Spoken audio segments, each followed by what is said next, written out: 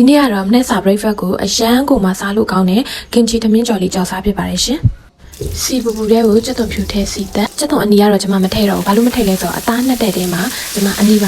နဲ့ပန်းတစ်တော်နဲ့ရောကြစ်ပြီးနှက်ထားမှာလို့အနီမထည့်တော့ဘူးအသားကိုကျွန်မကြက်သားမုံနဲ့အရသာနေထားပါတယ်အသားထည့်ပြီးတော့ကိုရီးယားငရုတ်ညစ်ကိုချူချန်ထည့်တယ်ခရုစီထည့်တယ်ဘဲငပြရဲ့အကျဲထည့်တယ်တခြားနဲ့ဒါရှိအရွက်မှုတ်ထည့်တယ်စားကြတော့အရသာအပေါက်ငံပြီးမှထပ်ထည့်ပါတယ်ဘာလို့လဲဆိုတော့ကိုချူချန်ကိုရီးယားငရုတ်ညစ်ကလည်းအငံဘဲငပြရဲ့လည်းအငံဖြစ်တယ်ပြီးတော့ကင်ချီအငံနည်းနည်းပါတော့လိုအပ်မှထပ်ထည့်ပါတယ်ပြီးတော့ရင်ကင်ချီထည့်ပါမယ်ပြီးတော့ရင်10မိနစ်လောက်ရေစိမ်ထားတယ်ပဲချဆန်ထည့်ပါတယ်ပဲချဆန်လူတော့အောင်ရေလေးထပ်ထည့်ပြီးတော့အဖုံးအုပ်ထားပေးလိုက်ပါတယ်နူးလာပြီဆိုရင်ပဲချဆန်လေးတွေကိုကတ်ကြီးလေးနဲ့ကိုက်ပြီးတော့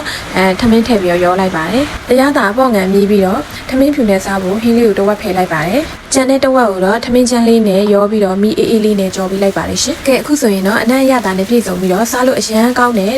ကင်ချီသမင်းကြော်လေးရပါပြီရှင်ဒီကင်ချီသမင်းကြော်လေးမှာအသားနေရာမှာဝက်သားကြက်သားစိတ်သားအမဲသားကြိုက်တာကိုကြိုက်တဲ့အသားနဲ့ကြော်လို့ရပါတယ်ရှင်